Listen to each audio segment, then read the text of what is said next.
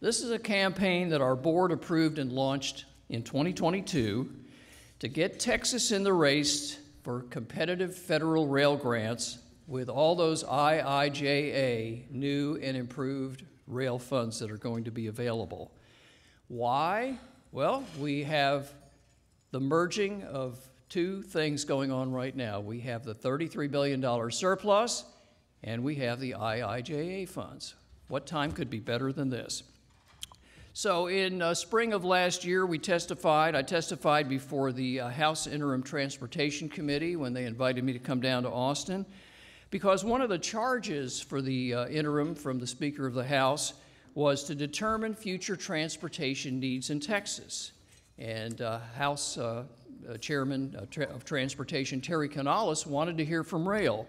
So I went down there, and also Paul Triangen, who at that time was president of the Texas Short Line and Regional Association. We both testified on the need for money for rail projects. We made our case and asked for the Texas Rail Relocation and Improvement Fund to be funded. This is a fund voters approved 15 years ago. How much money's gone into it in the last 15 years? That was it. In August, I appeared before the Texas Transportation Commission at their meeting, and they were at that point doing their legislative appropriation request going into this session, and asked for an exception item of $200 million to fund the Rail Relocation and Improvement Fund. Well, unfortunately, that didn't stick. In late fall, we had the issue of the Texas Transportation, House Transportation Interim Report to Speaker Dade Phelan. And lo and behold, one of the recommendations in there was to use the Rail Relocation and Improvement Fund to leverage state funds to compete for those IIJA rail funds. This is the first that we've been able to get into an interim transportation report. So one baby step.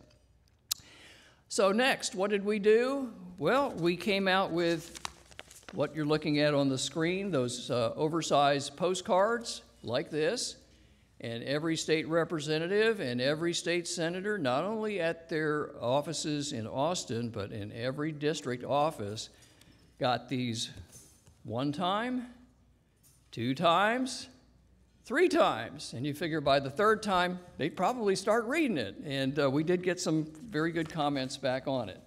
Nothing derogatory, by the way. So we did some visits to Austin pre-session. We were there in November and December. I visited district offices during the summer and the fall. And we also participated in Railroad Day at the Capitol, which happened to be on Valentine's Day, February 14th this year.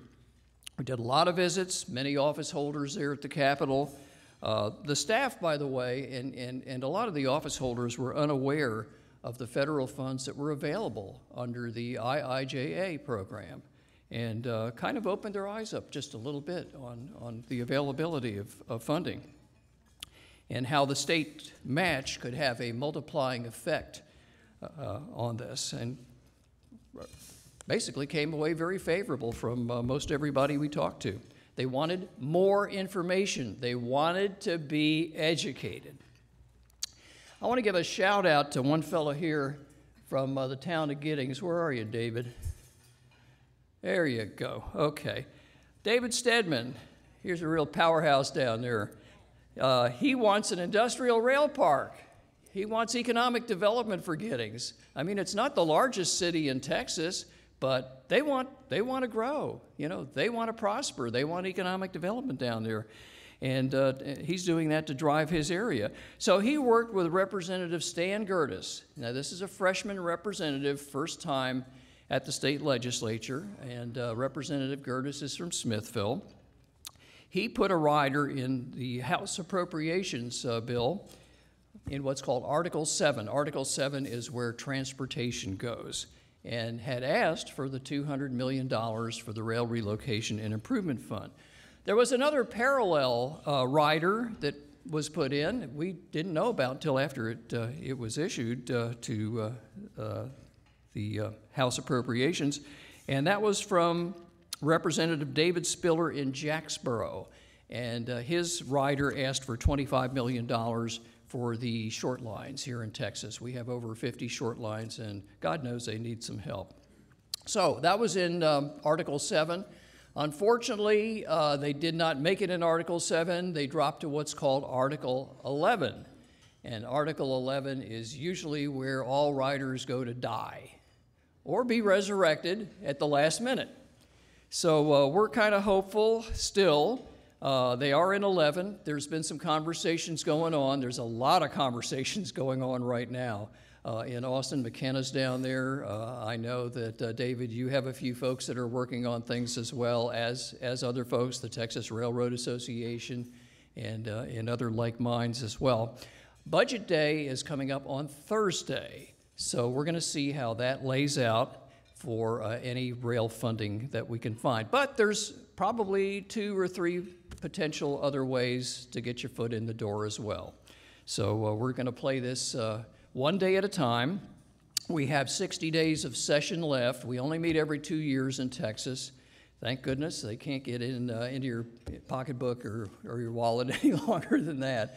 But we have 60 days left, and let's see how things lay out. But you never know. I mean, you basically don't want to know how laws and sausages are made. So let's just see what happens down the road here. But we do need your help.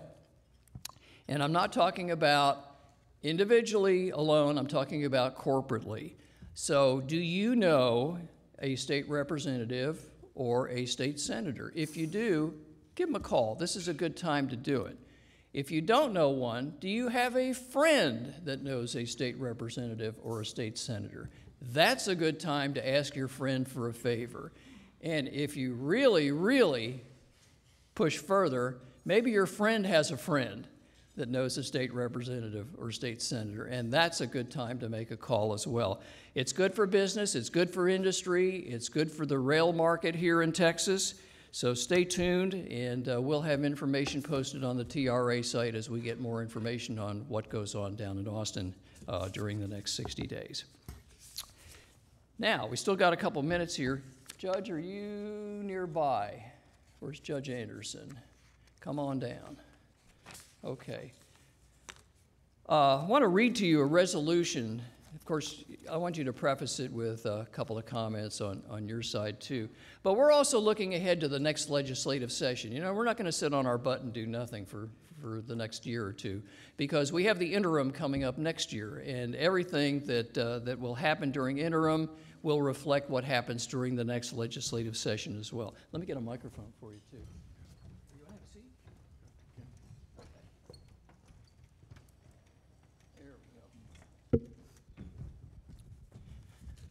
All right. Judge came up with a great idea here. We've rolled this in front of our Texas Rail Advocates board members. Some of them have already signed off on it.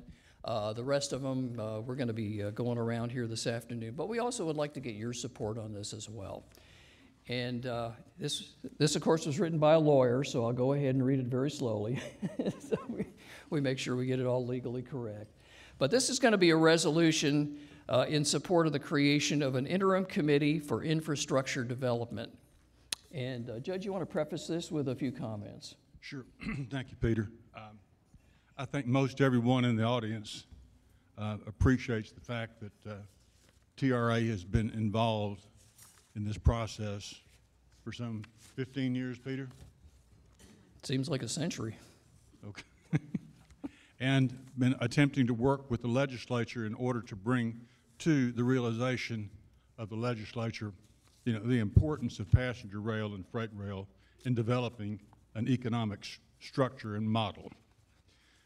The recent passage in November of 21 of the IIJA, as you saw Jim Matthews, raise your hand, Jim, give a presentation this morning talking about the importance of leveraging the funds that have been made available to the states. Unfortunately, the proposed budget from TxDOT did not include any new information or new request for funding, despite the fact that there's $16 billion available out there. And that has nothing to do with Mr. Jeff Davis here, who's the head of the rail division. Spoken with them on this, and basically, in my service in the Texas Senate, we learned one thing, that state agencies are not supposed to come to lobby the senators or the House members. And so his hands were basically tied. And so the purpose of this resolution that Peter's about to read, I talked with him about that yesterday afternoon. And he liked the idea, and he said, why don't you prepare the resolution in Peter's own inimitable style? Okay. So, good idea, do this. So I did this, and he's going to read this resolution now, and we'd appreciate your listening closely to it because we're going to have the board has supported this already, but we want to have the support of the members of this group assembled here because you're rail advocates. And if you like the idea and the concept, we're going to call on a show of hands, at the conclusion of this. Thank you very much. Yes, not only that, but all who are attending will get an email of this particular resolution, and if you would individually like to endorse it or take it back to your company and have them endorse it as well, it goes a long way. The more we can energize the business community in this, the more powerful it's going to become. So let me read to you a resolution for supporting the creation of an interim committee for infrastructure development. Whereas the development of transportation alternatives is critical to the economic development and the future prosperity of the people of the state of Texas, and whereas the federal government has historically provided matching funds for the development of transportation by the several states, and whereas the federal government has recently enacted the Infrastructure Investment and Jobs Act, also known as the Bipartisan Infrastructure Law, providing for the expansion of capacity for both freight and passenger rail, including some $16 billion for long-distance passenger rail, providing for a 4-to-1 match, or 80% of the targeted cost of such infrastructure developments. And whereas the state of Texas has not historically budgeted funds to be made available to match available federal funds, and whereas the inaction has resulted in Texas taxpayers providing funds to the federal government for other states, with the attendant result that Texas has failed to capitalize on such matching funds. And whereas regional planning commissions and council of governments are particularly experienced in the planning for future transportation projects, but are handicapped by the necessity of having to procure potential funding on a biennial basis, depriving them of the flexibility necessary for future planning. And whereas enabling local government entities to work with TxDOT and supplemental transportation planning and development for alternative methods of financing passenger and freight rail improvements, and whereas the designation of an interim committee to examine the benefits of legislation to be obtained by developing longer-term planning to best utilize these funds for capital improvements to afford the synergistic long-term benefits to the people of Texas, now, therefore, be it resolved that Texas Rail Advocates, the I-20 Corridor Council, and others, both grassroots Texas not-for-profit corporations, do urge Speaker Phelan and Lieutenant Governor Patrick to appoint an interim committee or committees to recommend action to the upcoming 89th legislature beginning in January of 2025. Such report to include, inter alia, a designation of budgeted funds on a continuing basis for TxDOT to enable the state and/or the governmental entities to access available matching federal funds for capital improvements for freight and passenger rail to promote and expedite economic development within the state of Texas on both intrastate and interstate basis. So done and entered on this 4th day of April 23 by the Board of Directors and members of Texas Rail Advocates. The rest of our board members will be signing this. And if you feel that this is important to you, like to raise your hand on this, you will be getting an email anyway, and we sure do appreciate your support on that. All right. Thank you. You don't have to be in Texas, even if you're from out of Texas and here, we still want your support. Is there any opposition? Let the record reflect there were no hands raised, which would render it unanimous. There you go. All right, thank you.